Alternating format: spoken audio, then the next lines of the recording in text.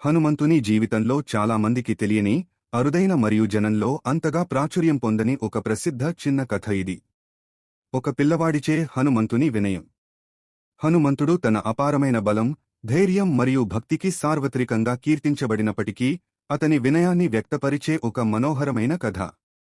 రావణ వధ తర్వాత అయోధ్యకు విజయవంతంగా తిరిగి వచ్చిన తర్వాత రామచంద్రుడు తన ఆస్థానంలో కొలువై ఉన్నాడు. అక్కడ పండితులైన ఋషులు మరియు గొప్ప వీరులు ఉన్నారు. ప్రతి ఒక్కరూ తమదైన రీతిలో ప్రభువును స్తుతిస్తున్నారు. యువ హనుమంతుడు తన ప్రియమైన రామునికి సేవ చేయడానికి ఎల్లప్పుడూ ఆసక్తిగా, భక్తిగా కూర్చున్నాడు. అకస్మాత్తుగా 5 ఏళ్ల కంటే ఎక్కువ వయస్సు లేని ఒక చిన్న పిల్లవాడు ఆ స్థానంలోకి వచ్చి తన చిన్న చేతులు చెరుస్తూ అమాయకత్వంతో శ్రీరాముని నామాన్ని జపించడం ప్రారంభించాడు.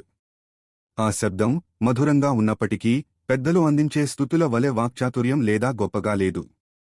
కొంతమంది ఆస్థానికులు నవ్వుతూ చూసుకున్నారు. అయితే హనుమంతుడు ఆ పిల్లవాడిని శ్రద్ధగా గమనించాడు.